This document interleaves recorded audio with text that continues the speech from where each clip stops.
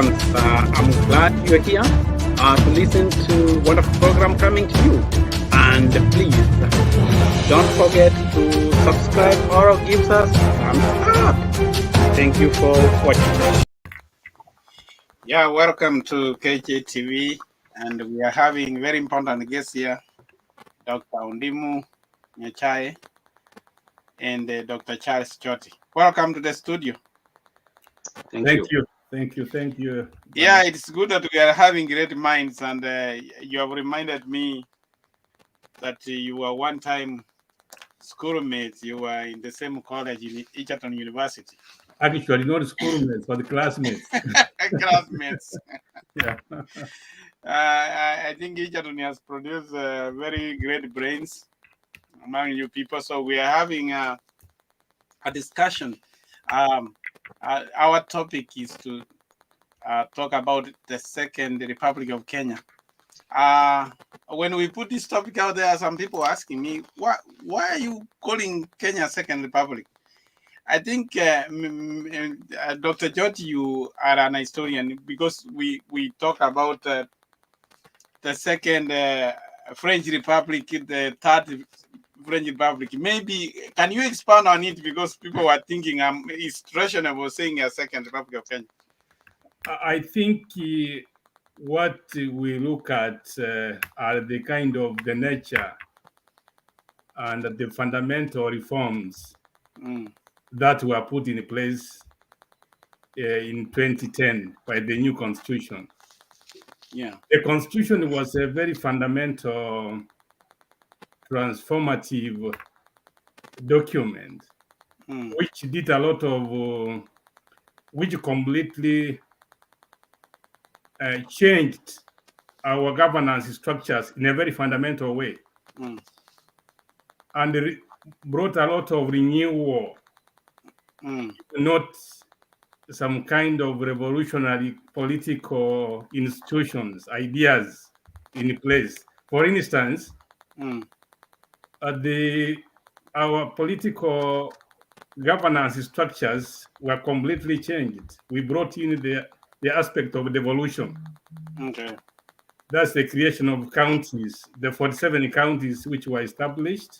And that means the center of power was now taken away from the central national center in Nairobi, and dispersed to various counties, where now governors were elected. Governors became the executive decision makers, in the leaders in those areas. Okay. And also, we brought in new institutions, or renewed certain institutions to entrench democracy, to increase people's participation in the political decision making. Okay. So yeah, those are the things we look at. The changes, the fundamental changes that took place. Okay. What's your take, Dr. Ndim? I completely agree with my friend Dr. Choti, about the fundamental changes this new constitution brought, and especially when you compare it with the old. Because really, when you choose to position the two, that's when you really see the fundamental differences. Like you mentioned there before, there was a central power before the 2010 constitution, where only the president, actually the president was all powerful. Now we have developed that power into small units, without repeating what he just mentioned there, 47 units, which have also not only coming with some power, but also evolved what we call some socioeconomic differences and fundamental changes that have come to the units.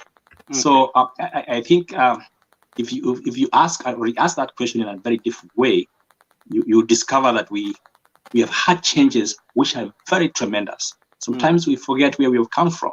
People are saying, "Oh, we never got anything," but I think if you look at it, for the first time,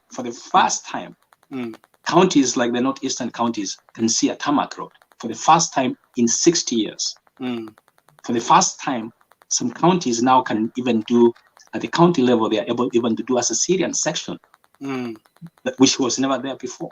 So they are happening very fundamental socioeconomic changes that can be really, that are very tangible, that we must be celebrating about. Okay, that's good. Yeah, so basically, there are many people, like, what would you tell people who were born very recent, like 90s, they were babies. Now that they are the voting bloc in Kenya, what can you tell them the difference between when we were the first Republic of Kenya, because we changed the constitution in 2010, that's when we say there was a transformation. What would you advise them? Because you can't remind them, you can only tell them.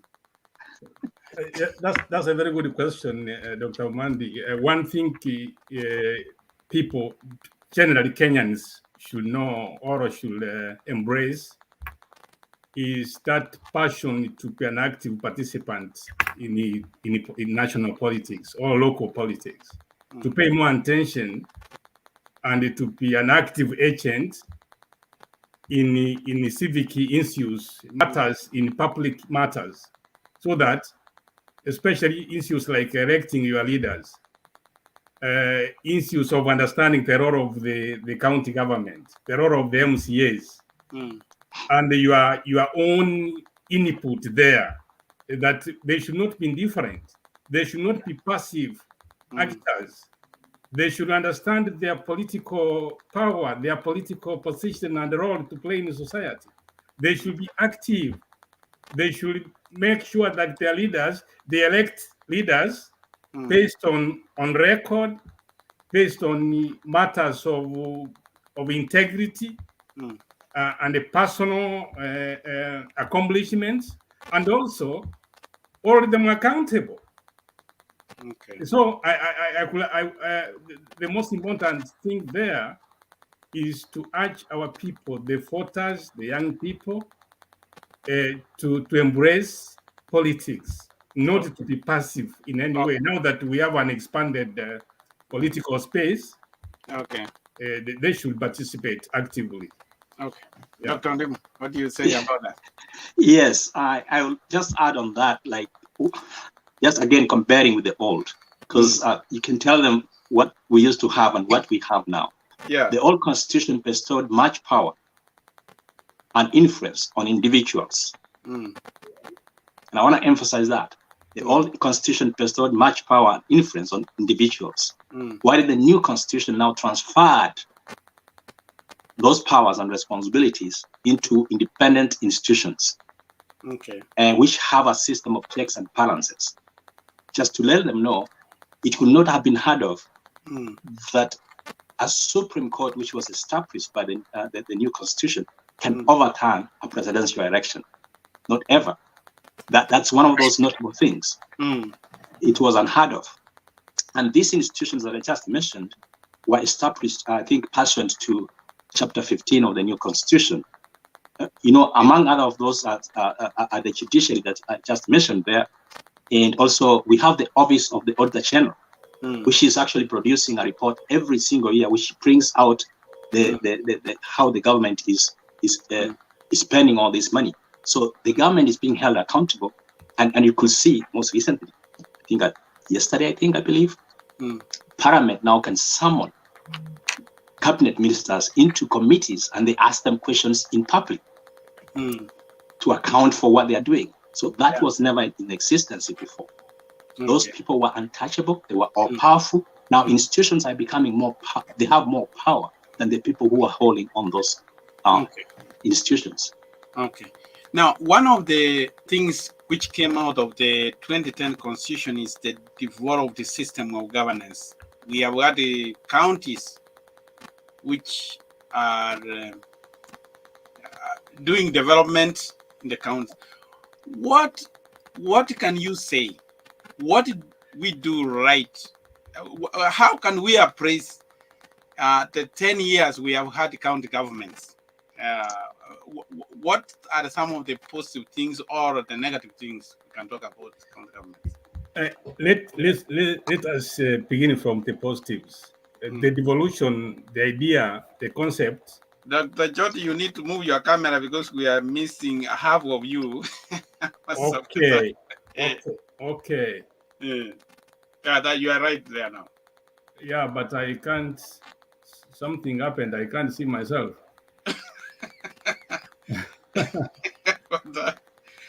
Okay. Yeah. What I'm saying Yeah.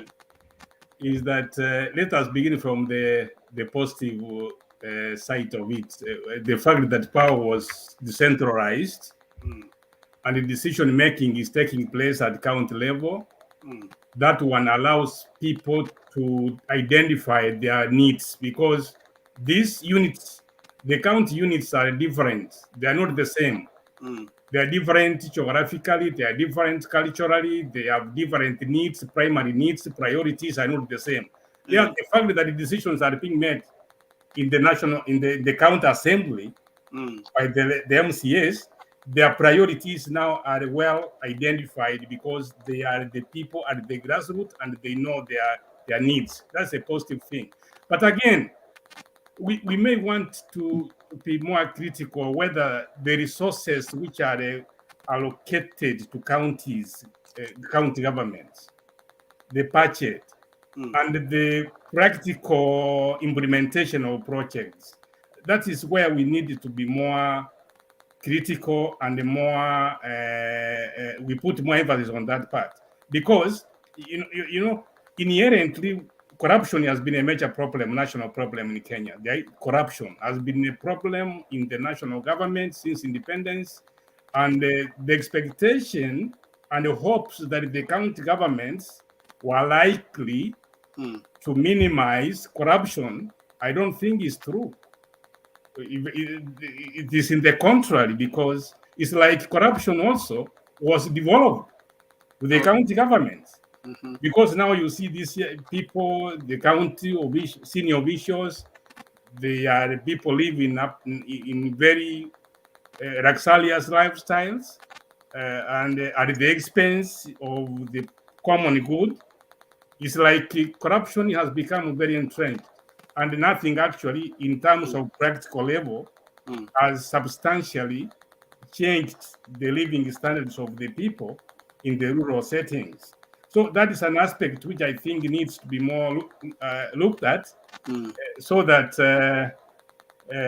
we don't fail the system or develop the system. I don't think that the use of resources is properly done. There is a lack of transparency and accountability. Okay.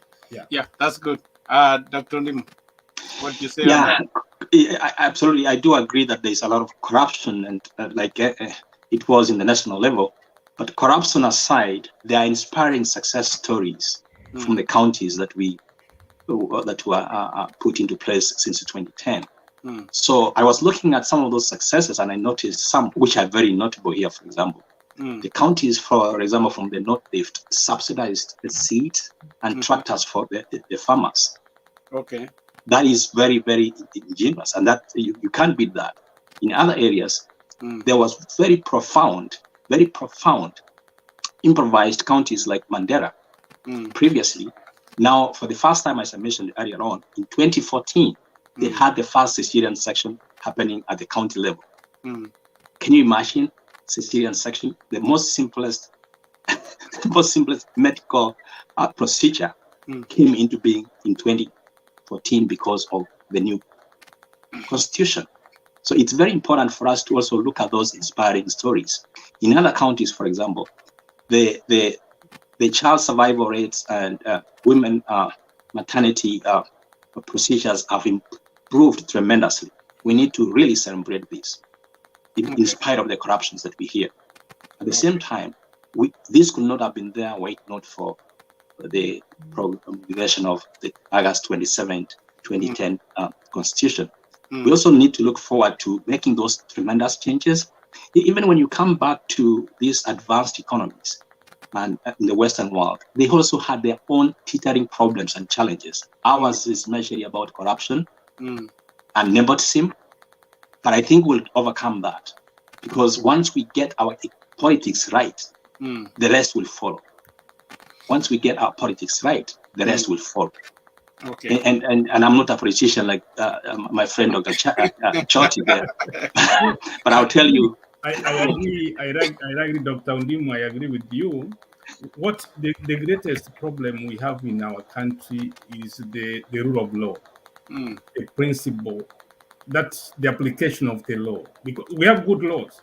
The 2010 Constitution still remains one of the best constitutional documents in the world. But the problem is the implementation of the Constitution. The law has structures to fight corruption. Yeah, but then there is one thing we failed. When we promulgated the new constitution, that is when we started the Second Republic. Yes. It could have been better that time. We could have gone to election to elect new officials, but we did not do that. We swore in the same members of parliament. And this old parliament then started manipulating the system. Actually, the constitution intended for the Senate to be powerful, but the National Assembly actually delegated a Senate. The Senate is like toothless at the moment. And that was a mistake we did. And to be honest with you, the people who took over to implement the constitution were people who were very against it from the very beginning. So when they took over the reins of power, they went very slow in implementing that constitution. Look at, for example, the people who took over. The deputy president, for example, was campaigning against that constitution 100%. So, and you give him the reins of power to implement a constitution he was against. What do you expect? Unfortunately, I know Dr. Choti loves him, but I'm going to tell you the fact here. So what do you expect of a person who was campaigning against the constitution and you give him the reins of power? Okay. Obviously, he will not. Fundamentally, it wasn't about. I think we made a mistake. I agree with you, but at the same time, we have made tremendous progress. We have made tremendous progress only in 11 years. In 11 years, we're able to see some structures in place where even the presidential elections are nullified. Not even the United States. They are not very brave enough to nullify an election. So we have made tremendous progress. Actually, in another way, I could put it like this. Among the branches of governance which have demonstrated some improvement, remarkable improvement, is the judiciary in terms of independence. That one I think is clear, that our judiciary is well anchored in the 2010 Constitution, and it has gained tremendously because it has become increasingly assertive. We are getting decisions from our courts, which sometimes Kenyans were not used to see in the past. You remember during Maraga's time, there was an nullification of presidential elections that shook not only the country, the continent of Africa, and even the entire world. That was good. That is a demonstration that our judiciary has matured. Our judiciary is living in the spirit of the 2010 Constitution, which is a positive thing. But we may not say the same. Actually, especially if you look at the economy today, Kenya's economy is not good. I hope I'm not an economist. I'm a historian by training. I think my friend is an economist. Yeah. But from where I stand, and when I look at the way things are at the country, like now today, the cost of living has skyrocketed. Most Kenyans cannot afford. So how do you blame the Constitution? How do you blame the Constitution? We want to.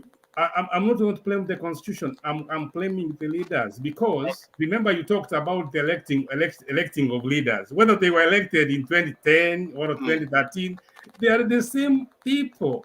It's only that the forest changed, but the monkeys were the same. Okay. Dr. Choti, let me finish by saying this. Yeah. We have not, Kenyan politicians are still corrupt. Good. Kenyan people and the corruption is still intact.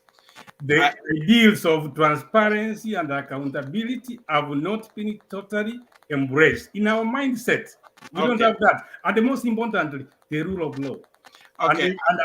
Dr. Jyoti, I want you to call impunity.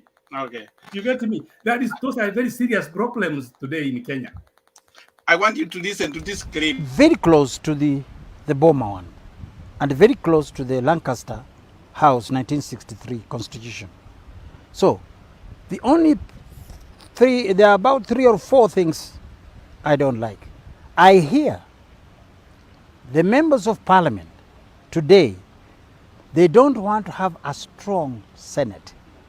Now, if you're going to have the presidential system of governance, you must have a strong Senate directly elected by the people, like the one we had in 1963, which will serve as a break to Parliament. Why? If you are doubting Parliament can not be dictatorial, just remember this. When they increased their salary, the commoners made noises. Oh, this salary is too big. Or did they ever sit down and say, okay, if it's too big, we reduce it? Never. The answer is no.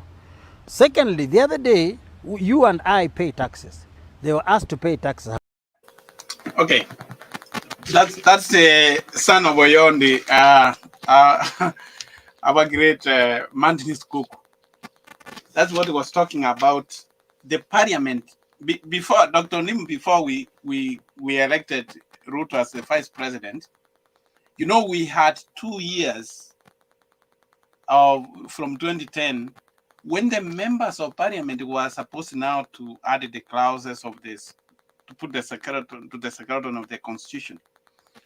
That is when they manipulated the system.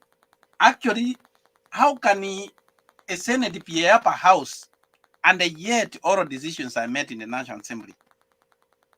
That's what I meant. Don't you think we erred there? And I do agree with you, because the new constitution began on a wrong footing, because there was no Senate in existence at the time when the new constitution began.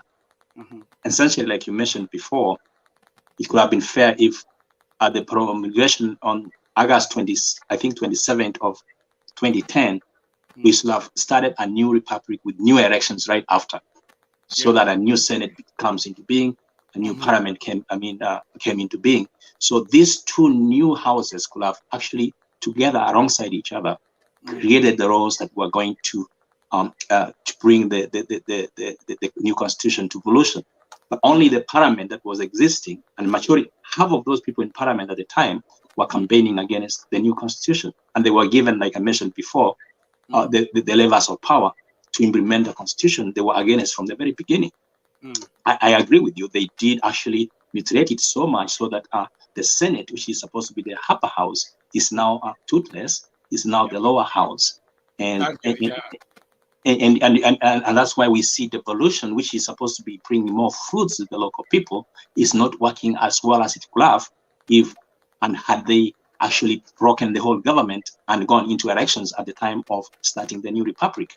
So the new republic started with the old republic in place. Structures were in place. The old republic implementing. Yes. The old republic was implementing the second republic. Yes, it shouldn't have been that way. Yeah. Okay. But again, I do agree, and what I do not agree, however, is the reformation of this new constitution. I honestly, to tell you the truth, the people who are agitating for the revision of this new constitution in the last, what they call PPI, I don't think the PPI was going to be the solution. The solution is really the people we have in place. It's not the constitution. The constitution is very progressive. Just to quote what the first, I think the first Chief Justice of the new republic, Justice William Mutunga, said, he said, the new constitution is the most progressive constitution ever on earth. So how can we start revising it when we haven't even implemented it? How do we know?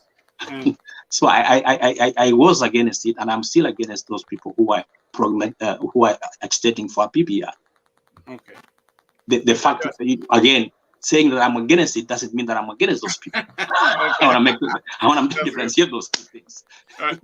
Dr. George, you wanted to say something, or we move to another question? Yes, I think the issue goes back to the Kenyan voters, the Kenyan people themselves, because they voted for the new constitution, the 2010 constitution. When we went to the elections in 2013, the elected people, and they knew the people they elected, some of them were not in support of the new document. They should have made a decision at that point so that they elect people who believed in the document, in the new constitution, which was not there. But, and most importantly, this is what Kenyans forget. The leader of a country, the president of a country, sets the tone. Okay. And the park stops with the chief executive of the land. Okay. So I don't think Kenya has benefited from that office. I don't think so. And let me say this: the 2010 constitution has not delivered Kenyans to Canaan. It has not, in spite of the fact that Kenyans had very high expectations. Kenyans were very optimistic. Kenyans celebrated the ushering in of the Second Republic, but they are now disappointed. And also we thank God that PPI died. The death of PPI was a blessing to Kenyans, because we were again going back to a constitution which embraces particular families, prominent families, bring them together, create positions again. Have a very expansive executive branch. Okay. Kenyans was going backwards, actually. So I wanted to see with what you talked about the economy of Kenya. Yes. We have seen, and maybe Dr. Ndum will tell us, we are not very good at the numbers, as you said. Kenya's current expenditure has increased. I mean, I'm putting a graph there. You can see that is Kenya's current expenditure according to the World Bank. You can see that from 2012, where we were in the current expenditure, but now you can see where we have gone. That is, when we talk of Kenya's current expenditure, is the one paying salaries. And one of the things they have said, which has brought this, is there's so many county governments we created. The salaries we are paying in county government and operating all of this, it is like 47. We have like 47 empires now. And we are having all of these budgets. What can you say? That is what the constitution of the new constitution brought about the economy, that most of our income is going to the current expenditure. Dr. Nim. Two things there, and I can see you've given good numbers. I love numbers there. You can see that we have moved from a low of $6 trillion. I'm not sure it was $2 trillion to $12 trillion. And there are two things that go into an economy. Those two things are the energy and what we call production, and also what we call the output. So when you see that there is so much consumption, there has to be enough input for there to be consumption. There has to be a balance. So in the last few years, we have seen a tremendous consumption, but the production is so low, and that's why we have that imbalance. But the fact that we are consuming more than we are producing means that there is something wrong with how we are balancing our budget and where we're getting the money. Where is this money coming from? Because if we are able to consume so much, this money must be coming from somewhere. Are we borrowing too much, more than we can handle? If that's a fact, then we need to do something about it. But at the same time, most economies cannot grow without putting some specific infrastructures in place. Today, one of my friends was sending me a picture. I think he is now a lighter, Dr. Nantino Gichaba. He sent me a picture of the new superhighway from the airport all the way to the Westlands, saying it's a small Singapore now. Looks good. But it looks good, but most people living in that city cannot put food on the table. That's where the imbalance is. Those two things have to be balanced. Those two things have to be balanced. So yes, consumption is higher than we are producing. We need to start seeing more production. What is hindering production? It's corruption. It all goes way back because people are sitting in the offices and cutting deals. They are not producing. That's the problem. So, Dr. Choti, I'll tell you what. You mentioned something that is very fundamental. We are the leaders we elect.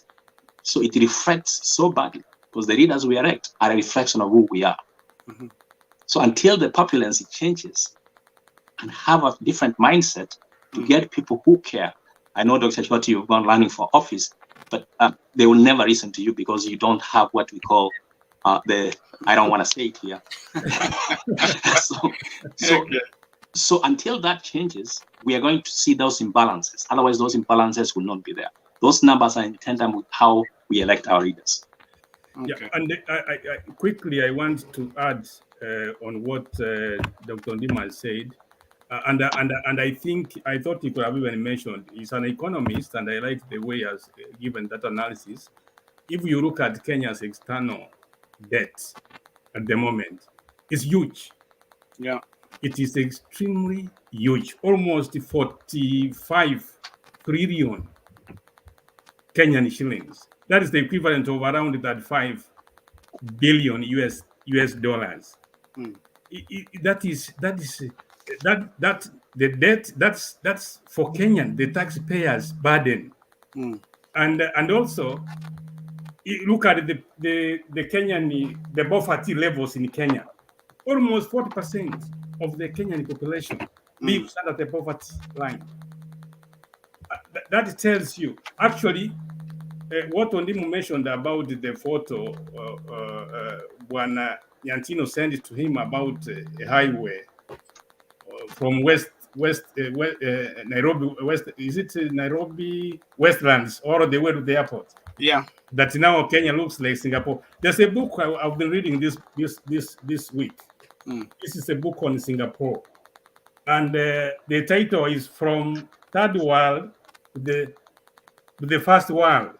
And I find it interesting that he mentioned Singapore.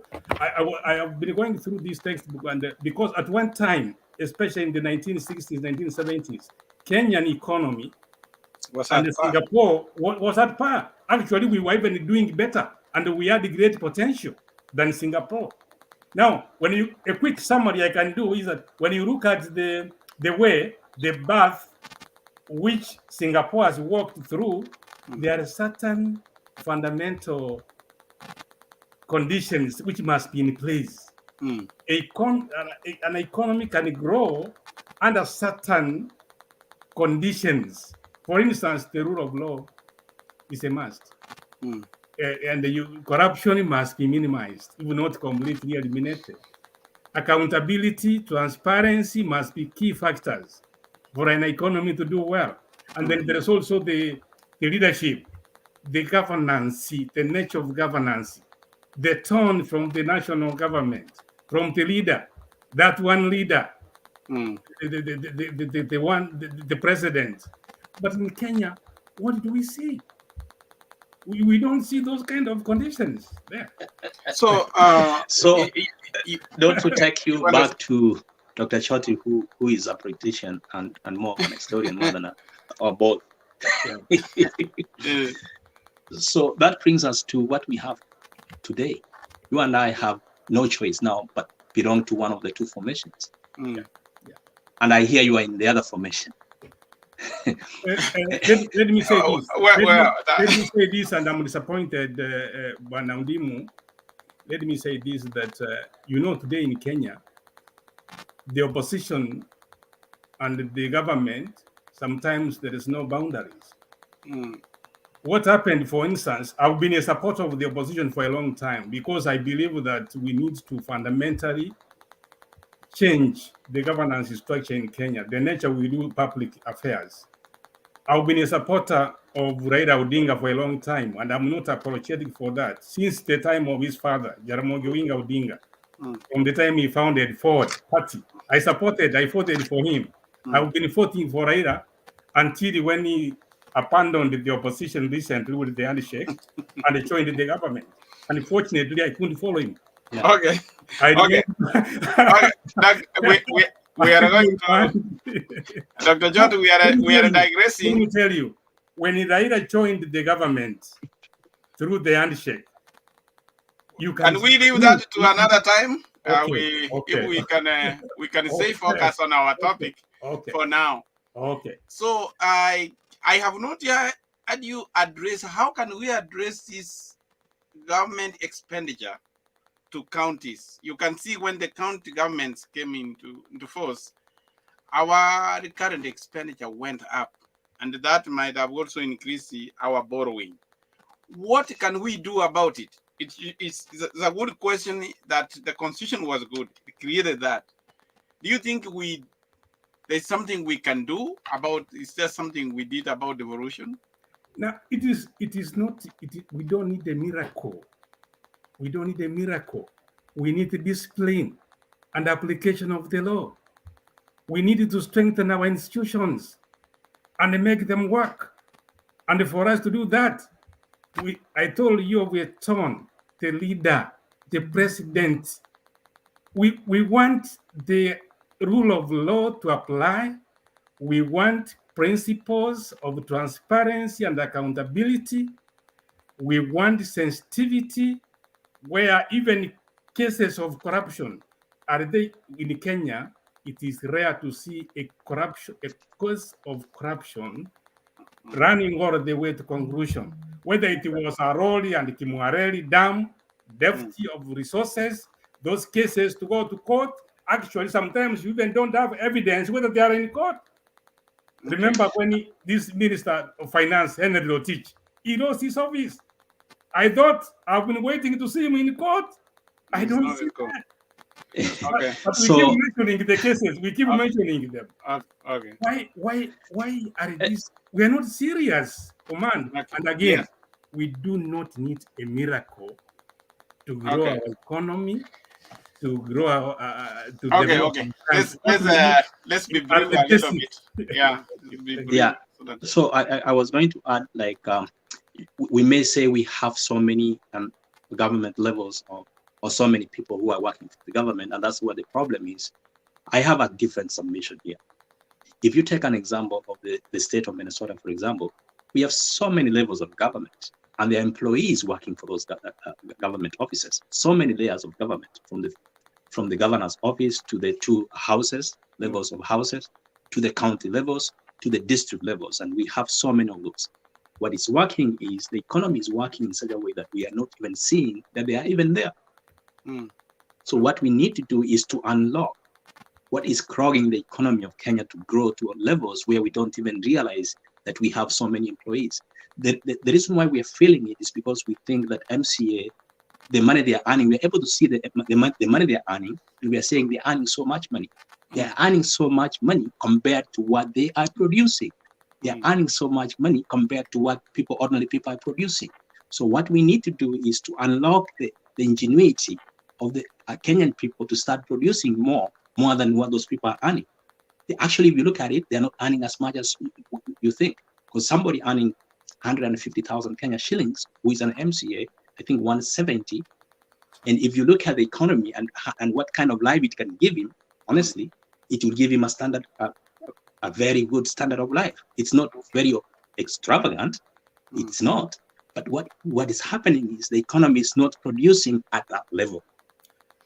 But the people are capable of producing. So there's something that is clogging that economy. And that's what we need to look at most. Let me ask you a question. Dr. Ndimu, did you... Wait. Mandi, just a moment. I think what Dr. Ndimu is saying is very important, because when you talk of the wage bill in Kenya, the wage bill is almost 70% of the annual revenue.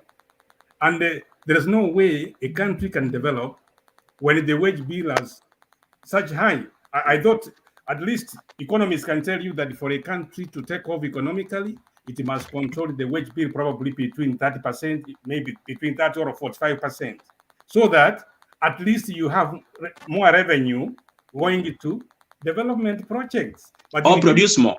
Produce more. Of course, when you produce more, when you have more, you generate more. But still, the wage bill in Kenya is a problem, because if let's say 70% wage bill, and then the remaining probably 20% corruption, because in Kenya corruption is like a norm anyway, it's a culture. 20% corruption. Now you have maybe 10% remaining. What kind of development can 10% bring? Okay. That's where Now- we have. now the question- Fundamentally, that's another problem we have in the country.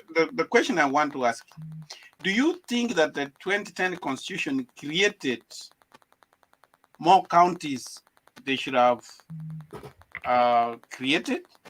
And also another question, why would we have a uniform salary for governors, deputy governors all over the country, when actually all of these counties don't contribute the same amount of money to the national treasury? I think before Dr. Undimu answers the question, and I think he will answer it more effectively probably than me. He's an economist, and I respect him. I think your question, those two questions are very fundamental, and I think they cannot be ignored, because as a country we must keep on assessing and evaluating our performance and bring in new ideas, new innovations, and then we move on. I think the number of counts we have in Kenya, there are too many. Some of them economically they are unviable. They cannot create an economy that can sustain even the county itself. So I think the country, as a country, we need to revise that, because it's not something that's written on stone. We can adjust that. Probably we should have even retained the former wherever provinces. Provinces, with about places we have had independence. So that we could be having around 8 counties. But remember also, Kenya is a very divided country along ethnic groups. So I think what you are raising is important, and it should form part of the public or the debates, the ongoing debates, and also seeking possibilities of bringing some kind of reformation. And about the issue of salaries again, because remember, one of the institutions which was revised or which was renewed under the 2010 is they created the Salaries Remuneration Commission, which was thought to be more an innovative idea, so that they could independently take charge of that issue of salaries and all that. But again, I think we have so many. The workers, they're too much. You go to county governments. I have a case. I know I have some data or some experiences. I know with our home county government in Kisii. Some people work there. They don't even have offices. They do not even have the infrastructure in place, and actually, they do not even have They do not have clear roles. Some people go to offices not knowing exactly what they are supposed to do. But they earn salaries. Okay. Yeah. But they earn salaries. So I do agree with you, Dr. Chota, that we have a lot of wastage and inefficiencies. Yes. And it goes back to production. If you're going to run the government like a business, like we run a private business, you're going to know what every individual who walks in the front door to your office, what they do every day, all day for 8 hours. If they have nothing, then you cut them off. If you run a government like any private business, you're going to have a lean government that produces. And that's why I keep saying, we are not producing. We are just consuming. If you underline that word produce, then you're going to go into the weeds and know who is producing and who is not. Why are they not producing? It's because there's no work for them. Then you chop them off. And then once you create that venue where people are able to be seen to produce, and they are producing, then their salaries will not be appearing to be much because they are producing. Again, what is clogging our economy, indeed, is not the constitution. It's the people we have put in place who have intentionally made the system the way it is so that they can individually benefit. Otherwise, if they unclog the system, and the people were empowered to start producing, I'll tell you what, the salaries we are paying would be just so miniature, it would be so small, because the people would be producing more than what we are paying them today. So what is growing our economy, most importantly, is the people who have grown it to ensure that they're only benefiting, so that everybody else, they are subservient and they're just following them from behind. And again, the reflection of who we have is who we are. Until the people stand up and say enough, until the people stand up and say not anymore, we need delivery of services. Until that time, we will still continue seeing this. No matter how much we change the constitution, it's not going to help us. Yeah, and I want Dr. Mandi, before you go to another question, I want to add quickly that there are so much issues happening in Kenya today, and some which have not even gotten public attention. Issues like higher education, the university system in Kenya has collapsed. The kind of education currently and the situation in our universities have been in the system for years. And even now, I have students there whom I'm supporting. When they tell you the experiences and what is happening, you get worried about the future of our country. The higher education in Kenya has collapsed. For instance, if I give you an example of the first years we have this time, the ones who are in first year now, I think they have started their second semester. Those kids have never received their allowance. They're supposed to have some loans there, especially those who come from very poor families. I have orphans there whom I'm supporting personally. Sometimes when you support these kids when they go to university, the first term is a bit expensive. That's when you pay quite some money, maybe around 60,000, so that they get admitted. And then you expect them to have gotten those loans, because each of them receives around 18,000 for accommodation, food. They have never received that. And the year is almost going to an end. Now, what most of them are doing is going to look for jobs. Some of the baruas around there, wherever the campuses where they go to school. And some of them work at night. They miss classes. They don't go to class because they have to make both ends meet. And then those are the cases I'm giving you, which I'm connected to. But they give me a window of understanding what is currently happening in our universities. And then I have professors, my colleagues, who are also talking to me. Not even that. Even recently, the national exams, which have been completed from 4 exams, there were so many issues which when you look at the way we are doing stuff currently, we need as Kenyans to be more forthright and bring out issues in a way that helps us to sort out problems. So, which means that is one of the opportunities we missed in this new republic that we. Yeah. And very true. I was talking with one of the vice chancellors that they are having debts that they can't service. Yeah.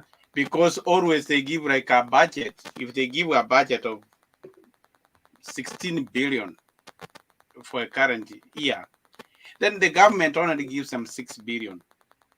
How can they plug the 10 billion which they don't receive? They ask you for 16 billion, that is realistic to pay salaries and run the university, but they get from the government 6 billion. Then it's amazing, which means you are coming back to my point. Did we make a mistake on this, that we are having a big recurrent expenditure because a governor will not miss his salary, and yet the university will miss the money? So all is not rosy as we are saying in Kenyan government. So every year the university is not getting, many things are not being funded. But we are here saying, oh, Kenya is going up, but the reality in the ground is what you have exactly said. Yeah, and I do agree with Dr. Chodi just listed there around of the miseries in several sectors, including the institutions of higher learning, right from kids not receiving their stipends to professors who are struggling in some way, shape, or form. And the story is the same, not just in those institutions, but even in small companies, even in small Chuakari areas, everywhere you go, the story is the same. It's very miserable. The economy is not doing well. Yeah. And the economy is not doing well. It boils down to what we just mentioned here. We're going to go in circles and circles until we get it right. We're going to be in trouble for a long time. And until it gets once, it's not going to get any better. The worse it becomes, the more people start questioning themselves, because all of us are going to sink into that same abyss. What is going to happen is these people who are putting some roadblocks on the way, these people who are crawling the system, will sink with everybody else. Until that time, until the populace rises up and says enough, because the constitution is very good, the structures are great, but the people in place, oh my God. We need a revolution in terms of who we have in office. What we're trying to say here in a nutshell is that the constitution, the 2010 constitution, lacked political will to implement it. Therefore, it was never implemented to the latter. Actually, it has never been effectively, completely implemented. So things are not that as we are saying, and we are going to the election, which, when we talk about transfer of power, Kenya, we have relatively been at peace. That the election come and go, there has been a good transfer of power, which is good. But then in the incoming president who's coming in, these are some of the problems they have to tackle. These are the things we talk, which actually members of parliament are supposed to talk about, the Senate is supposed to talk about. But now it has reached a time that they don't talk about that, or they want, even when they are in a committee, if they are in a committee of higher education, they are only interested in their allowance. I hear some of them even go just sign, so long as they appear on the committee and they sign to get their allowance, they can walk out. They don't know what's going on. So what will you advise the incoming president? What does he have to do?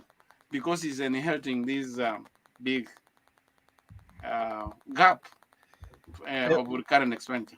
Before Dr. Ndim advises the incoming president, especially on the economic part of it, let me first say that I do not envy the incoming president. The situation, especially the economic legacy of the outgoing government, is bad. And let us not lie to each other. The economy is on its knees, has gone south. And the main issues we have mentioned higher education, universities have collapsed. All universities are in debt, and they can't afford. Some lecturers have gone for months. Like I have colleagues in Egerton since November. They have never seen a payslip. More university, you know what it is red. Almost all of them. And then also, most important, we have not found a formula of fighting corruption in Kenya. We have not. Therefore, corruption goes unchecked. That's another problem the new leader will face. Kenya is the rule of law. I keep going back to the rule of law. We do not have it yet. Our laws don't apply equally. Look at simple things, even violence, political violence. Like now we are going into a campaign period where you have emotions going up, people, divisions, groups are fighting each other. Even when the president himself addresses violence, he looks at it from a political lens, party affiliation lens, or a tribal lens. No, the rule of law must be applied. Okay. Cases. We are coming to an end. Our time is running, Dr. Jyoti. Okay. Yeah, we have actually we are past. Okay, but again, I wish the issues were deliberating here are the ones I see in parliament Okay. or at county assemblies, but I don't see them because we are talking about real life. These are the issues our Kenyan people are facing, the challenges, the agonies, the pain. But No. they We are are the advising. We politicians. are at a point of advising the incoming president, Dr. Nimu. What do you have to say? We have run out. Like my friend I mentioned there, I do not envy the person coming in, but the best thing that I would advise the incoming president, I hope he has this in mind, is to come in and stop the wastage first. Stop the breeding. There's a lot of breeding. You cannot fix something until you stop the breeding. Okay. The economy is breeding. And to quote the current sitting president, he mentioned 2 billion Kenya shillings to go into corruption every single day. 2 billion Kenya How would our shillings president every say single day. that Stop he doesn't that. know how to stop it? So the incoming president need to find a way of stopping corruption. Yes, that's number one. Stop it. Number two, cut wastage. Corruption is different from wastage. Number two, cut wastage, have a lean government that produces. And the rest will follow. When I say produces, that's where corruption is now kind of minimized. That's where we have efficiencies and people who are coming into the offices and are working and producing. And that's where we have people who are skilled, people who are in good places, they are in the right seats on the bus, who are doing what they're supposed to be doing. And then the economy will start again. Because right now, it's just a standstill, nothing is moving, and it's bleeding. Well, hey, gentlemen, it was nice having you in the studio. You have great ideas. I think we'll continue this conversation next time. For what you have given, we hope our country will get a footing. So I will say thank you for having me. Thank you for the opportunity to discuss on this very important topic. Okay. Okay. Thank you very much. Welcome to KJ TV for